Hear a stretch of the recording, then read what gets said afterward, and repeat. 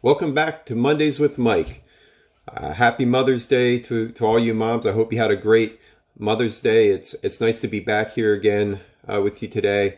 Moms are amazing. I've had an amazing mom, and I'm so thankful for my wife and the mom she is to our amazing 7 kids.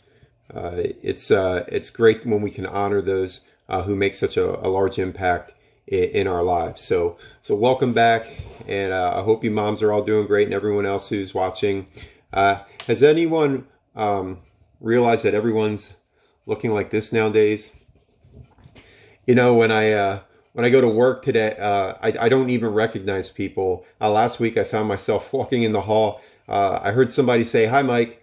I looked, and I couldn't figure out who it was. By the time I realized I wasn't going to figure it out, they were gone, and I didn't want to catch up to them to try to find out. So maybe I'll figure out who it was next week. It's hard to recognize people with these things on. The other thing is, it's really hard to tell what people are thinking. Are they smiling? Are they frowning? I'm a person who tends to wear their heart on their sleeve. So you never really have to guess what I'm thinking. But lately I've started having some fun just walking around when I have this on and just making goofy faces because nobody can really tell. So, just trying to have a little bit of fun. And, it's okay to sometimes make light of challenging situations. But the reality is, I really miss your face. I really miss your smiles. I miss your frowns.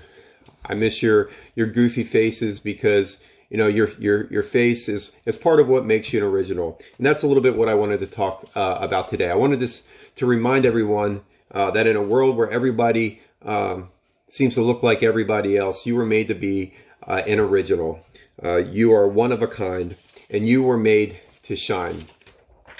You look around society, society would claim that they celebrate diversity, but in the midst of that celebration, there's a not so subtle current that's calling everybody to conform to a way of thinking, conform to a way of acting.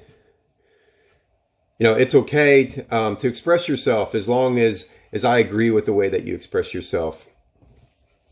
That's not exactly what the world needs. That's not exactly the diversity that the world needs. The world needs you. The world needs you as you are, not as the world wants you to be.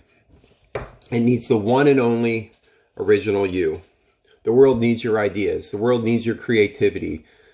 The world needs your solutions. The world needs your smile. The world needs you. And that's important to realize every day when you look in the mirror that there's a reason you're here, and that the world can benefit by you just being you. John 15:16 says, "You did not choose me, but I chose you, and I appointed you to go and bear fruit." You've been chosen. You have been chosen. You have a purpose and a destiny in this life, and you're here for a reason, and your reason is not to be like everybody else. Where would the world be without people who realized who they really were? Where would the world be without people like George Washington, or Rosa Parks, or Leonardo da Vinci, or Martin Luther King Jr., or Mother Teresa, or Abraham Lincoln, or anybody who decided to be them, no matter what the consequences of that were? And I would say, where would the world be without you today? You are so important. You are so valuable. And I am so glad that you're alive because you have solutions to some of today's problems. You have ideas. You have something that can lift people up. There's never going to be another you. And so I just want to say, be the best you today. Don't try to be like everybody else. Look in the mirror, smile, and say, "Thank you, God, for making me the way that I am," because you have a great destiny and you can be you, and that's okay.